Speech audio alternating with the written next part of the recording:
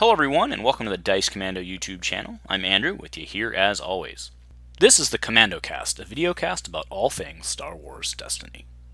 This video and others like this one are possible thanks to viewers like you. Please show your support with a like and subscribe, and be sure to hit the bell notification icon so you don't miss any new videos. If you want to get involved with the channel, consider becoming a channel member. There are many benefits to channel membership, including access to our Discord, exclusive deck tech and strategy videos, and the opportunity to help create channel content.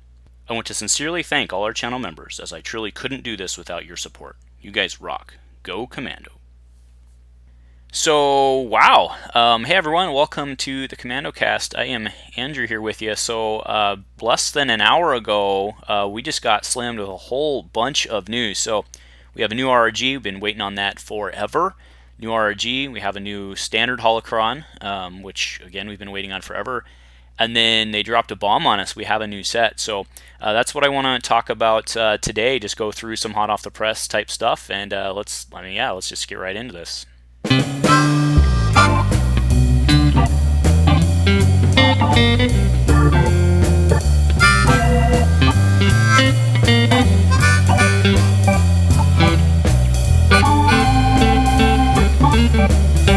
Hey guys, so welcome to episode 102 of the Commando Cast. This episode 102, the reason it's releasing before 101, and the reason it is because 102 is because 101 is actually already shot and scheduled for this Friday. So yeah, this is episode 102. It's coming out before, but obviously we didn't know what this is coming. Doesn't mean it's a bad thing. It just means we have a lot of stuff to go over. So yeah, as I alluded to before, big surprise. Saw it first on the global Facebook page. I'm sure it's been making its rounds at this point. I just wanted to sit down and get this video out with just my initial thoughts and kind of just get the news out there and move forward. So let's move into what I think is the more impactful thing. Obviously the cool thing, of course, is the new set and the new cards, which is transformations. And I mean, you better believe I'm actually going to do a whole episode on those. We'll cover them here real quick, but before we actually go through them in detail, I kind of want more than 20 minutes to sit down and go through them and give my feedback there. So we'll sit down, we'll do a separate episode on that. But yeah, so let's move into the Holocron, which I believe is the more impactful thing, at least for the moment. So effective 7/15/2020, so that is Wednesday, which is 2 days from the minute, well, 1.5 days from the minute I'm shooting this. So the Holocron, by and large, looks like the Gandorkacron. I don't think that's knocking anybody's socks off. Of course, Gandorkacron didn't have anything about transformations, and there's no Trando in there. So let's just go through this. So eligible cards, it actually adds transformations set on there, which is now standard. There's been no rotation, anything like that, which makes sense because transformations just a small little tiny set. So balance of the Force, we have Holo at 912. We have Anakin dropped to 1317, which is great. We have Ventress at 1215. We haven't seen as much of her with the Gandorkacron play as I thought we might, but she's definitely relevant. We do have Chewie. Chewie's officially 1113. Time to start making those Chewie Tarful decks, people. Dingar is 1013. Also huge. We've seen Dingar carrying enormous impact, I think, through a lot of the decks that we've seen out there right now. So that's pretty big. Infus Nest at 1317 also has been pretty big. K2SO 1013, not as much of an impact there. We've seen some fun with Anakin, but Anakin still has problems. So Obi-Wan, Arden Avenger, that's the starter deck Obi-Wan, 1216.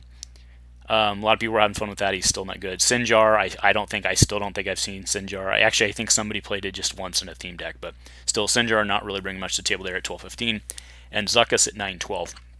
So that's pretty consistent with what the Gandorkacron had brought to us, except that the Trandoshan Hunter is not on this list, which means that the 5-die Trandoshan is still a viable deck. Now, it takes some hits kind of on the restricted list. So restricted list, Chopper and Abandoned Refinery, which means that combo, I think most people understood why that combo's overpowered, right? Dropping the mod for free, then turning a 0, which is now turning a 0 drop 1 into more for 0. I mean, I'm not saying it very well, but I think everyone gets that combo. Like that's super strong from a ramp perspective. Desperate Measures is now on there with Face the Enemy and Hidden Motive. So, I mean, from a Trando, I know we're talking specific Trandos, but I never actually played DM in my Trando deck as it was because it didn't really matter. They were either blowing you down or it was over and it didn't matter.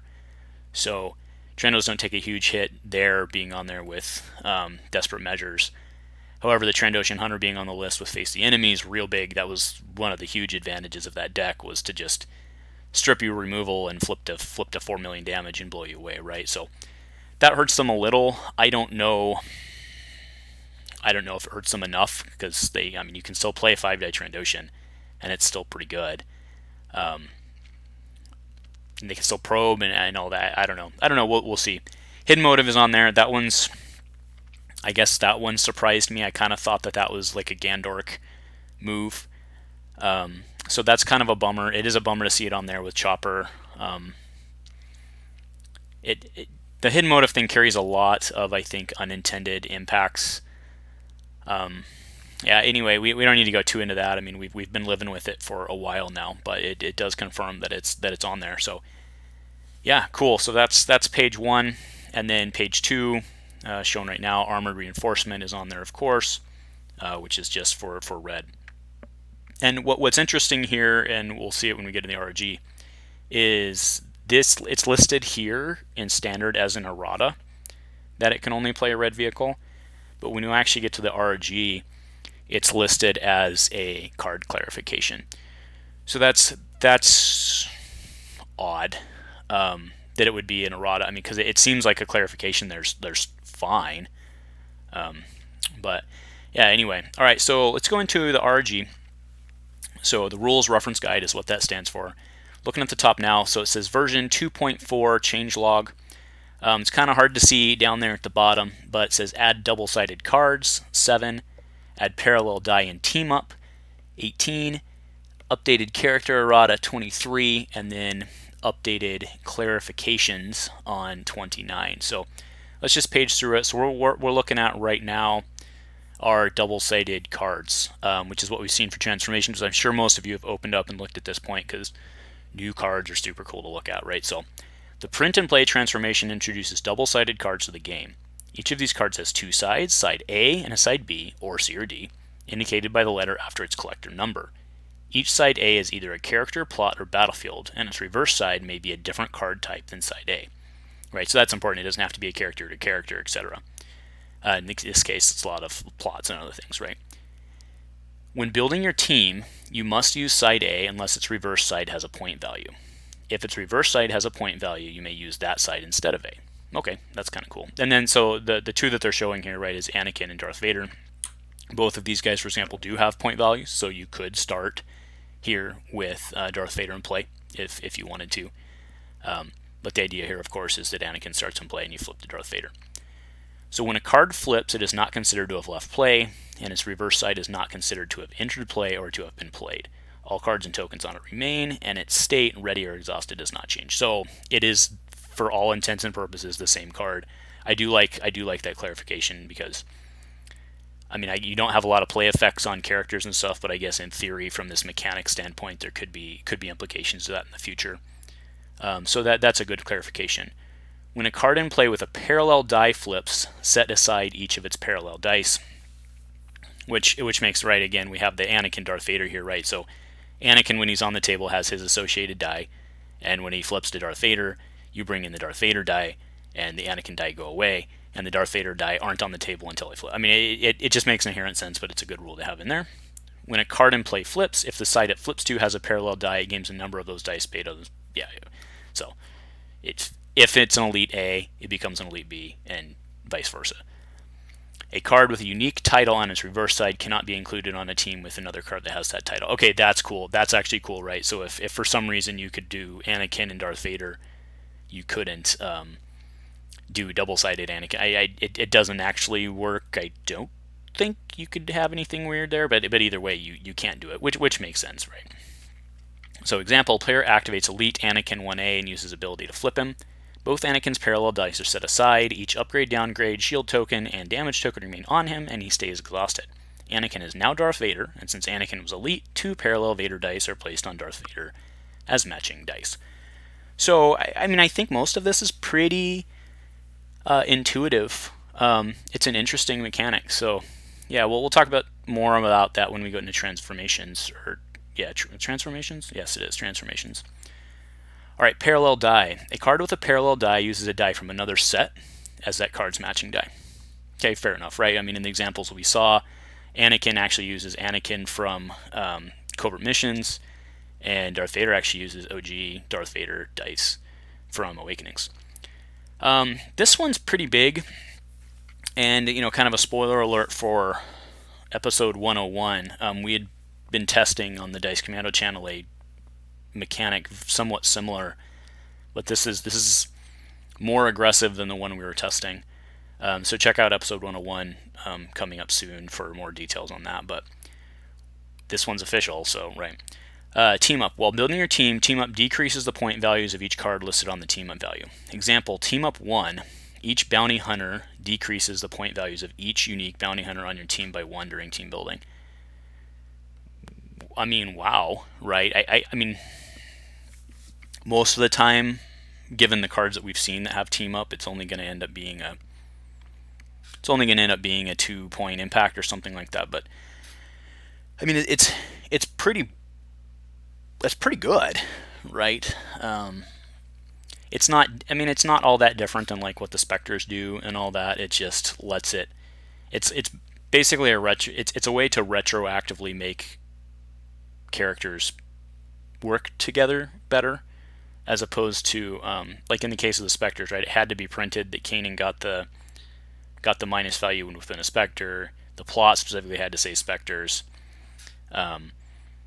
So it would almost be like if, actually in this case it would be 1-to-1, right? Like say instead that the Spectre plot was a 0, Spectre team plot was a 0 and just said team up Spectre, right? Then you could have, in theory, all of your Spectres would be -1, which would be a 1-point advantage over what we have now, right? Because Kanan's 1 and then you get 1 for Spectre. So if you get 3 white Spectre, it'd be -3.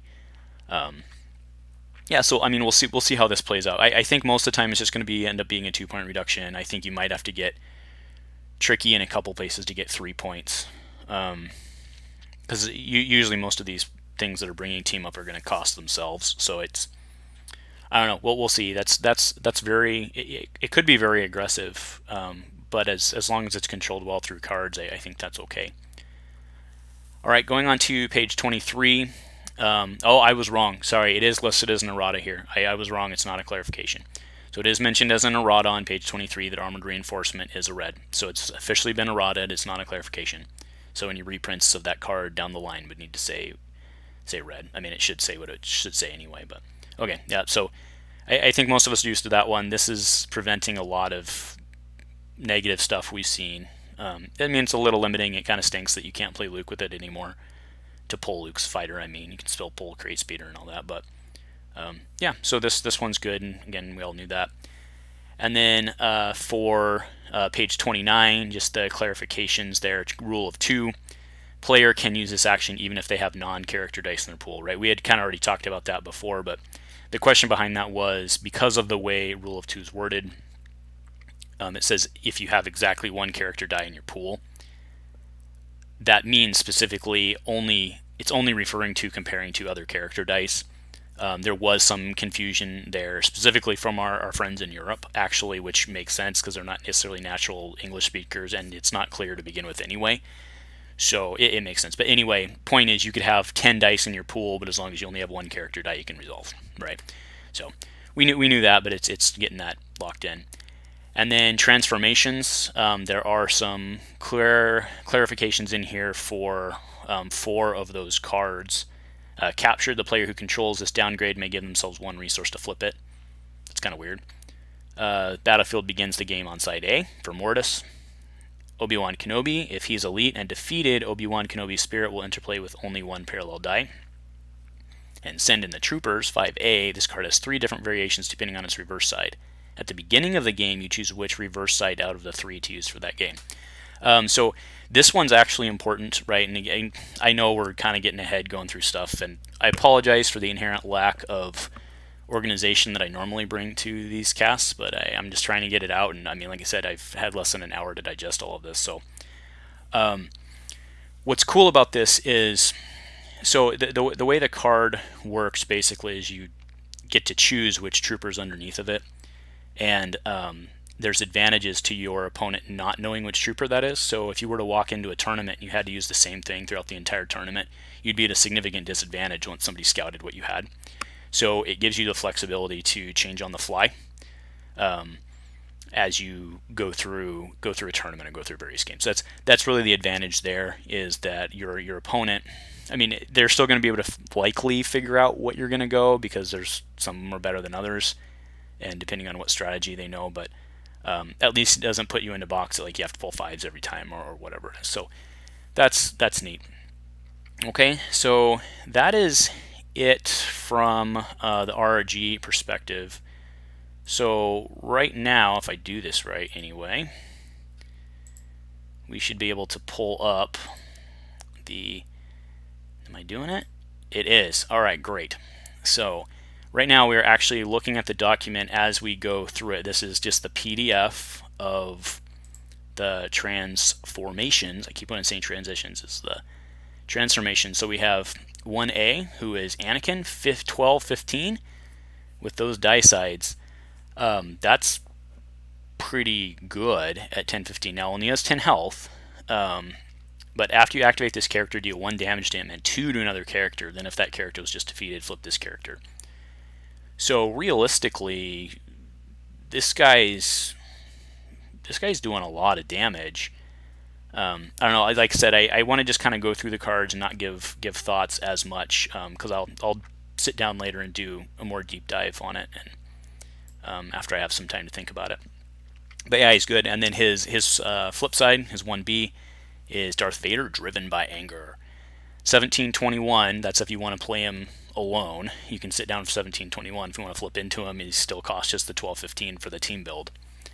Power action, either remove all shields from a character or resolve one of your dice as melee, increasing its damage by value by 1. Or resolve one of your dice as melee. Oh, wow. Oh, wow. Okay, he's good. He's real good. If an opponent has a defeated character, may do both in any order. Okay, that's a Darth Vader. That's Darth Vader. That's his 2 disrupt becomes a 3 melee. Whoa, that's a creative way to get around the die. Or resolve. So can I resolve his 3 melee as a 4 melee? Either resolve all shields from a character, or resolve one of your dice as melee. I think you can. I think you can resolve his 3 as a 4. Cool. All right, we have Farm Boy Luke, seeking the path. Okay, he has the sides of normal Luke, parallel die. Okay, parallel, yeah, I said it right there. Team up 1, Obi-Wan Kenobi, Yoda. Okay, so team up, if you play him, Obi-Wan, and Yoda for a 3 wide, they all get -1. Okay. After the upkeep phase begins, if this character has 3 or more shields and 2 or more blue upgrades with dice, you may spend 2 resources to flip him. Okay, so let's look at the, so team up. He's a 9/12. Big Yoda is not, and he's apprentice, which means Yoda can use those shields. So 9/12, Yoda's an 18, and then they each get -1 for team up, right? So you can play LSM with them, or you can play trading. I think that's the move here. Okay, I think that's the intended move here. Okay, and then he flips to Luke Skywalker, fulfilling his destiny, 1720. Sides of OG Luke. I played a lot of OG Luke back in the day. That's cool. Power action, either give this character 2 shields or remove 2 shields from him to deal 2 damage to a character. Okay, he's got his little own pseudo riposte. If this character has 3 or more blue upgrades, you may do both in any order. Cool. Really? So, dude, that's a good deck, right? This guy with this, that's good. This guy with Yoda, and then you flip into Luke because you're starting with little Luke. That's really good. All right, anyway, let's focus. Obi-Wan Kenobi, character Jedi Guardian. I like it, right? After this character is defeated, return him to play flipped and ready. Spot another blue character, move a dice showing damage. Defeat this character and... Spot another character, remove a dice showing damage. Defeat this character, and if he's elite, remove up to 3 dice. But so the action, you have to do it all, right? It's not a then, right? So action, you do have to have another blue character to do it. You can remove a die showing damage and 3 other dice, but then he's dead, but then he pops back into play as Obi-Wan Kenobi's spirit, which is 1 with a Force die, which is always really good. If this support would be placed at this side instead, okay? It becomes a support, right. Power action, give a blue character 1 shield and reroll any number of its character and upgrade dice. I mean, that's pretty good. And then, so what's his point cost again? He's a 9/12. Ooh, so that makes him an 11 with team up. So you 9/12, 9/12, 10/13. I'm talking for Legacy's Yoda, and then -3 apiece. So you can 9, 9, 10. 9, 9, 10. Yeah, so you can. You play those 3 together, and one of them's elite, so it's a 4 dice start. Okay, cool. All right, moving on. Sweeper Droid Infiltration 4A. After setup, if this plot is elite, add an additional copy of it to your team. Action, play an event from your hand to reroll a die, then flip this plot. Okay. Then he turns into the Demolition Droid, I see. Action, play a non-event card from your hand to deal 1 indirect damage to opponent. If 2 or more bomb plots are in play, you may set them all aside and deal 4 indirect damage to an opponent if you do not flip this plot. How do you get other bomb plots in play? You can only have 1 plot in play. Well, okay, let's move on and see. Oh man, look at the art on this. Send in the troopers. Actually, this is this art is from one of Rex's cards in Legion, and it's actually really cool. I like it. Send troopers. 5A action. If you control the battlefield and 5 or more dice in your pool are showing damage. Ooh. Force an opponent to name a character, then flip this plot. If they did not name this character, make it elite. That's what I was referring to earlier with calling it. 5 or more dice in your pool showing damage. Seems pretty easy to keep them off there. That's a 4-point plot, and you're supposed to have 5 dice in your pool showing damage to... Alright, Echo, Courageous and Resolute. Diceless character. After you activate this character, if it's elite, you may roll a character die on a character into its controller's pool. If you activate this character as elite, roll a character die. Okay, but that means that character's die has to have either been rolled out and resolved or not rolled in yet. That's okay. If you control the battlefield, you may roll a character die on a character into its controller's pool. Send in the troopers, 5A. Oh, because they're all double-sided cards, so you're going to see them over. I see. So ARC Trooper 5s. After you activate this character, roll a Clone Trooper die into your pool. There we go. Or 2. So that makes more sense, right? Just rolling in. Basically, he has a Clone Trooper die. Why not just give him parallel die? Probably there's a reason. Right, after a Clone Trooper die is rolled into your pool, you may re-roll it. If you control the battlefield, re-roll it again. Well, 5s is pretty good. 8/11 for 9. I like 5s. He's looking good. He's looking real good. Right, send the troopers. Clone Commander Wolf. After you activate this character, roll a Clone Trooper die into your pool and activate another one of your red characters. If this character is elite and you control the battlefield, spot any number of unique red characters to deal that much indirect damage to opponent. Oh, that's kind of neat. So he still only rolls out 1 die, but he does an extra thing if he's elite. Cool. Closing in with Boba. Team up 1 each unique bounty hunter. Unique bounty hunter. Okay, that's smart. That's smart. Trandos don't count, all that. 4-point plot, though. After you deal melee or range to a character with a bounty on it, you may exhaust this plot and flip it to attach it to that character. Okay, and it flips into, captured. If this downgrade would leave play, set it aside instead. Attach character cannot be activated. Give the player that controls this downgrade 1 resource to flip it. Isn't that awful? So basically, okay, so let's put this in perspective. Boba Jango's 28. They would add this 4-point plot and then have their points. So it's basically a 2-point plot with 2 bounty hunters. Not just like Perilous or any means. That doesn't seem very good. Maybe I'm missing something. I didn't see very. Like I said, I'll have to sit down and think about it. All right, that's actually kind of cool art. Rescue Han Solo. Team up 1, Chewie, Lando, Leia, Luke. Okay, so a lot of building options there. Play a card from your hand with a cost equal to the number of resources on this plot. Its cost cannot be decreased. Then place 1 resource on this plot, and if it has 5 resources, play a card from your hand with a cost equal to the number of resources on this plot. Its cost cannot be decreased. Then place 1 resource on this plot, and if it has 5 resources, flip it and exhaust it. So I play a 0, and it becomes a 1. I play a 1, and it becomes a 2. All right, by it becomes, I mean the resource. So I have to play a 0. Then I have to play a 1. Then I have to play a 2. Then I have to play a 3, and I have to play a 4. Isn't this like never going to happen?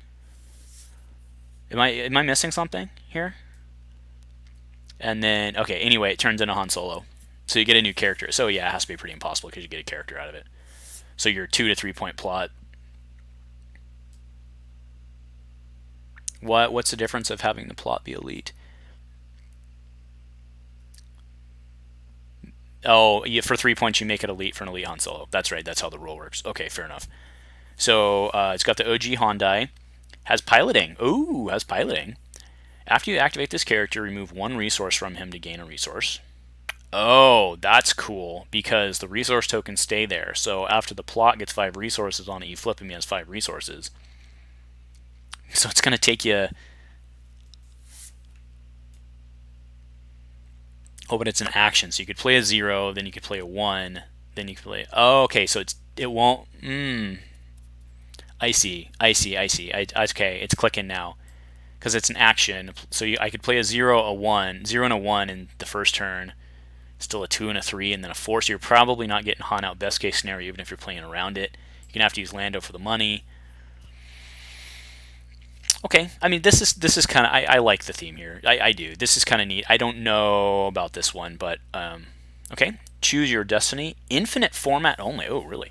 Infinite format only. Choose 3 sets. Your team can only include other... You can only include other cards on your team and in your deck from those sets. Okay. After you play a card, if you played cards from all 3 sets this round, flip the plot. Well, that's inventive. I will not turn. Your dice cannot be turned by opponents. Before the round ends, gain 1 resource. After an opponent plays a card, if they played cards from 3 different sets this round, flip this plot. So it flips back and forth, protecting your dice. I mean, it's a -1 plot, though. Okay, hold on. Who cares what the plot does? It's a -1 plot for infinite. That's gray neutral. That's insane, right? I mean, it blocks you out from the other plot. This is insane. I mean, I don't even care. I mean, it has some extra stuff and flipping back and forth, but that's amazing. All right, United. Include only if each character on your team is the same color. After an opponent removes 1 of your dice, you may roll it into your pool. Set this plot aside, or if it's elite, flip it instead. Okay. After an opponent removes 1 of your character dice, spend 2 resources and discard 2 cards from your hand already. That character sets this plot aside. After an opponent, so it's like I said, I need time to digest some of this, so I'm gonna pass on this one because I don't get it. All right, here we go. So here's Mortis. So 10A, it says in the rules that we went through that this is there. In the clarification, it says that this is the one that starts in play. So after the upkeep, I have to turn my head here, sorry. After the upkeep phase begins, heal 1 damage from each character. After the upkeep phase begins, heal 1 damage from each character. Hello, Mill. Claim, heal 1 damage from... Whoa! What? After the upkeep phase begins, deal 1 damage to each character. Oh, so you're playing a game back and forth. Still seems pretty good for Mel. Because if you're making your opponent play into trying and claiming, then isn't that an advantage too? I mean, maybe not, but... Huh. Okay, well, there we have it, folks. That's it for... We're going to go on Darth Vader because he's bad. Sorry, he's bad booty. Excuse my language. Okay, so... Yeah, let's go and close that. All right, so yeah, that's it for today. Just wanted to make sure everybody had the news. I know I went on a lot longer than I thought because I ended up. I mean, how am I supposed to look at cards and not let my mind go crazy, right? So, like I said, thanks for joining me for episode 102. Episode 101 is still coming later this week. I'll probably get episode 103, which will be a kind of a longer term review and kind of some tech on the transformations. Might try to pull somebody in for that. So we'll see how that works. But yeah, again, thanks for joining me. A lot of exciting stuff. Again, standard is now standard again. We don't have to worry about all these fights between what are we using, what are we not, as of Wednesday morning. Anyway, yeah. So thanks for joining me for somewhat disorganized Commando cast. I know that I usually try for a little more organization than this, but hopefully you all are understanding where we're coming from. Again, thanks for joining me. And if nothing else, go Commando.